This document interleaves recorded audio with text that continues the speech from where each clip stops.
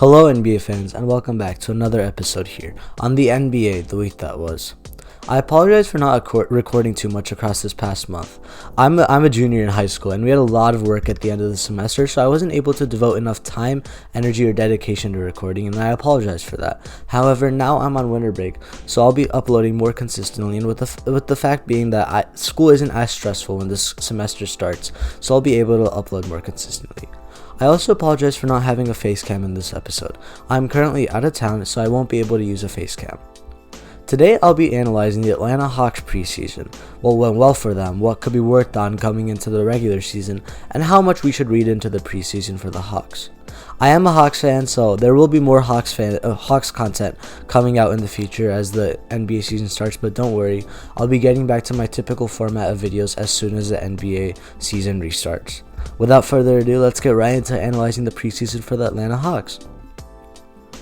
Coming into this preseason, the Hawks hadn't played basketball for 9 months.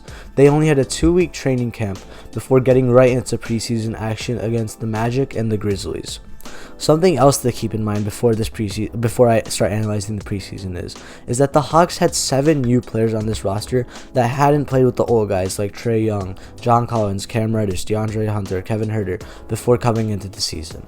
This includes Trae Capela, who was traded for in February but never got to play with the Hawks due to injuries and obviously the shutdown, as well as incumbent draftees such as Skylar Mays and Onyeka Okongwu, and new free agents, the big part about the Hawks offseason that I mentioned in my previous video, including signings of Danilo Gallinari, Bogdan Bogdanovic, Chris Dunn, Rajon Rondo, Tony Snell. There were so many guys that the Hawks brought in this offseason that had never played, and basketball is a team sport, so chemistry wasn't going to be there instantly. So that is something to keep in mind before I analyze this preseason.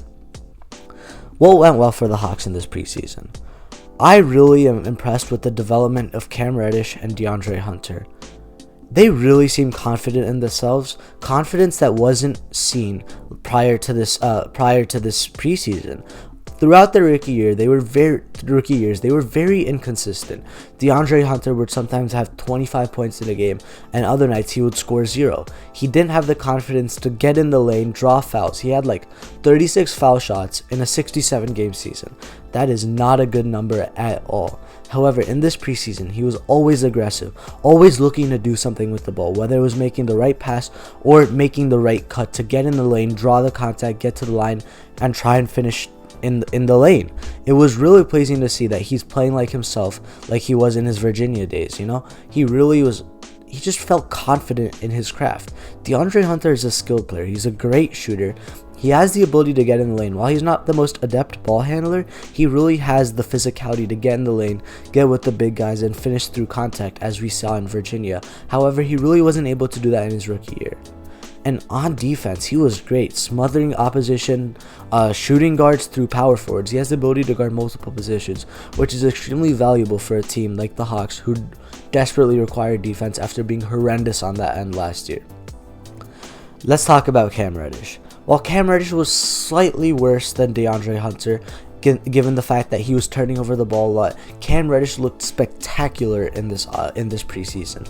I'm a big believer in Reddish. I really believe he's going to be one of the biggest steals in the modern draft era. I mean, he was picked at 10, but he's going to have top 5 potential, and I'm so looking forward to the development of this guy. He's very young, yet he's already so skilled defensively. He was smothering opposition point guards through small forwards, another multi-positional defender. However, Cam Reddish's IQ on the defensive end is astounding given his young age. He has the ability to make the right reads. We saw some great steals. He has some great hands, has a long wingspan. He's such a good defender. I'm so happy with the development of his on the defensive end. However, his confidence on offense is mesmerizing. As I said, he was turning over the ball a little, but that's okay. That's because he's really, he's confident in himself. He's not being passive. Cam Reddish is at his best is when he's aggressive, when he's willing to get in the lane, making the pass, just as DeAndre Hunter. Confidence was something that was extremely lacking from both these players last season, and this preseason it really showed that they've taken the time throughout this break, really watched film, gotten to know their weaknesses, and focused on those when training camp began and focused on those in the preseason, and they look to be so much better and look to be solid players for the Hawks in this season and potential stars for the future. Something else I'm happy about is the relative good play of the free agents. Again, they were inconsistent, but that makes sense. As I said, it's a team game. Chemistry takes time to develop. These guys have only had 3 weeks with each other. They need some time to, understand each other's tendencies, who's going to pass where, build some partnerships, like Trae and John Collins have a great lob partnership. Trae and Capela are already building that. Speaking of Capela, he looked great in this preseason. He's always fighting for the boards. He's willing to stop opposition big men. He faced 2 quality big men in the preseason. He faced Nikola Vucevic of the Magic and Jonas Valanciunas of the Grizzlies. They're both really skilled offensive big men, yet Capela did a great job restricting them whenever they came into the paint, which is where he's the best defender. While he hasn't never been the best perimeter defender, he was holding his own on the defensive end, but I'm most impressed with him on the rebounding end.